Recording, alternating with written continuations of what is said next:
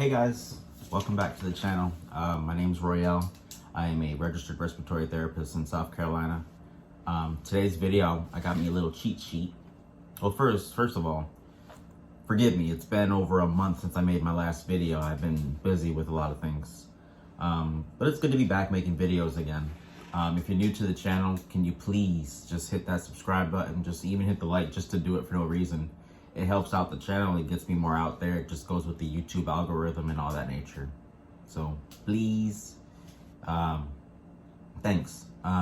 Today's video, I want to mainly target new grad advice for respiratory therapy.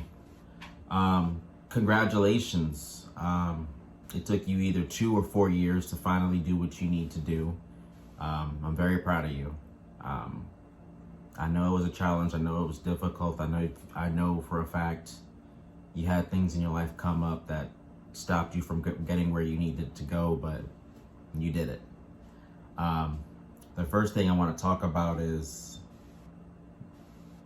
make sure that you network where you want to, like when you're working in the hospital that you're working in. You need to network with nurses. You need to network with your patient care technicians. You need to network with your doctors. You come to realize when you're working in certain locations, you kind of need to know who you can count on whenever you need to, whenever you got your hands tied up. I forgot to mention other respiratory therapists in that list, so you make sure you network with them too. Don't bring an ego into the workplace, because I know a new grad who recently just graduated. She used to be an EMT. Now she's an RT, and I've heard that she's one of the most cockiest people you can meet, and that's something you don't want to bring into the workplace. It kind of looks bad on you because it's like as if you're a know-it-all, and no one knows everything. No one's perfect, but just because you intubated prior to being a respiratory therapist, because I guess that's what EMTs do whenever they're in the ambulance vehicle. Because like, for example, me, I'm from Walmart. I've only intubated maybe 6 people throughout my career as an RT. Every facility's different, because there's doctors who do intubations and there's RTs that do intubations. I work at places where it doesn't matter. Anyway, besides the point, you just make sure you don't want to bring an ego to the workplace, and make sure you just always want to network and be kind to everybody, regardless if they're in a bad mood. I'm telling you, it works. It works in your favor.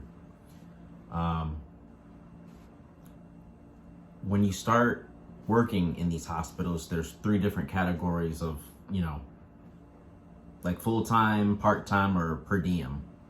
I recommend personally you need to try to get a full-time position, because you get more benefits. Benefits can include like PTO. You get set amount of hours. Some places even let you get certain days of the week that you can work.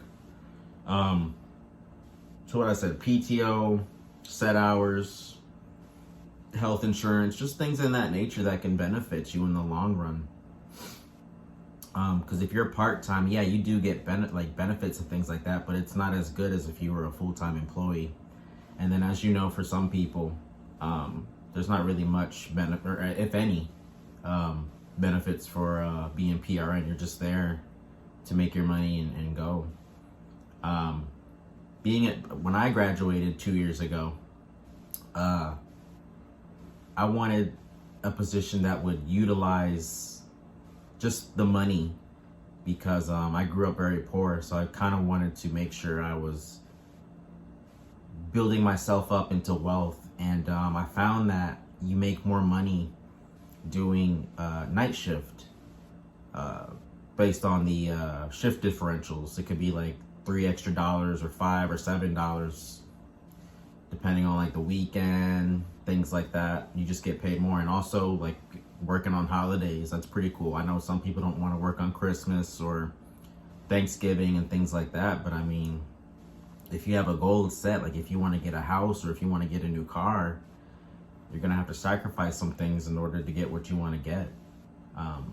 Not everything's given to you. You kind of got to work for it.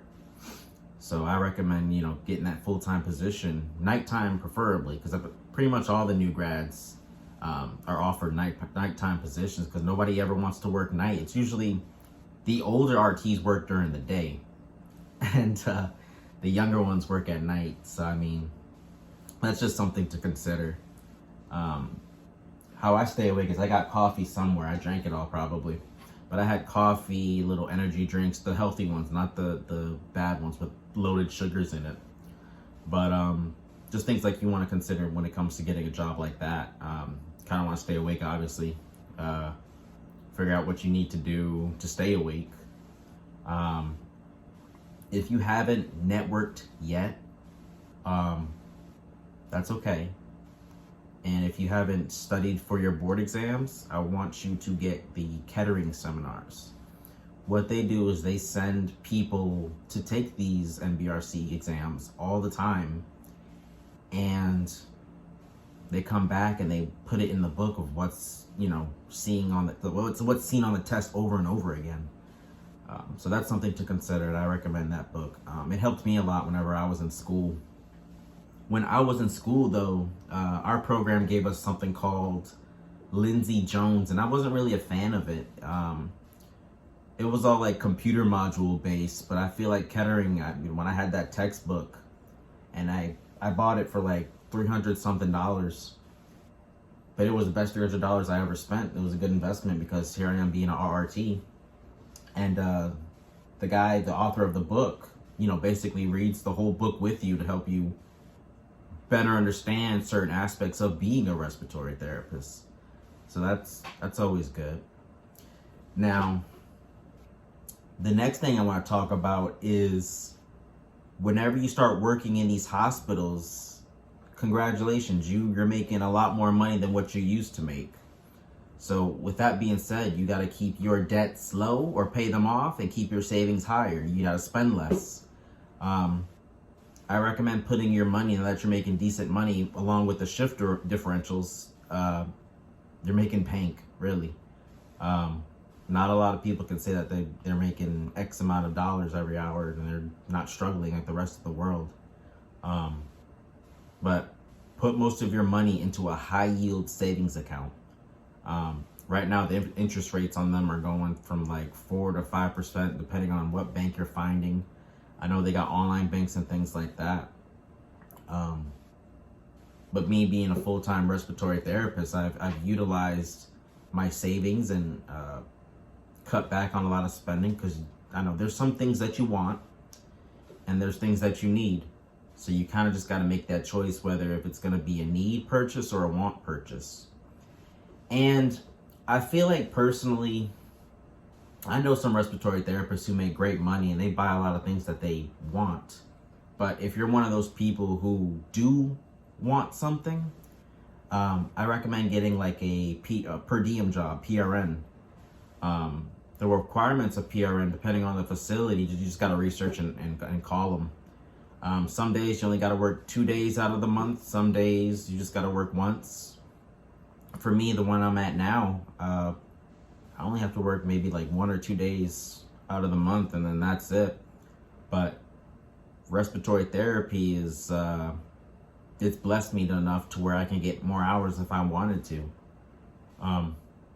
But you don't want to work so much to where you're in another tax bracket, because you got to pay all that back. But, it's a blessing to be full-time employee and a PRN, because they always need people to help breathe. You're in charge of the airway, you're in charge of the lungs, just little things like that. But it all builds up to where you need to utilize, how you're doing these jobs and make a budget for yourself so that you're not recklessly spending on a new iPhone or new shoes, new clothes, and all that's good and dandy and probably needed, regardless of the disregarding the phone and things like that. But I mean, once you're making great money now, if you pay all your debt off, you're saving like crazy and you got a little extra left over, go ahead and treat yourself. Make sure you take care of yourself. You're gonna build crazy PTO when you're a full-time employee. You might not see it, but you gotta let that thing grow. Just don't touch it. Try to not call out so much. Try to clock in on at the earliest that you can, just so that you can maximize your money. Make sure you're just a good employee. Make sure you're doing everything you're supposed to do.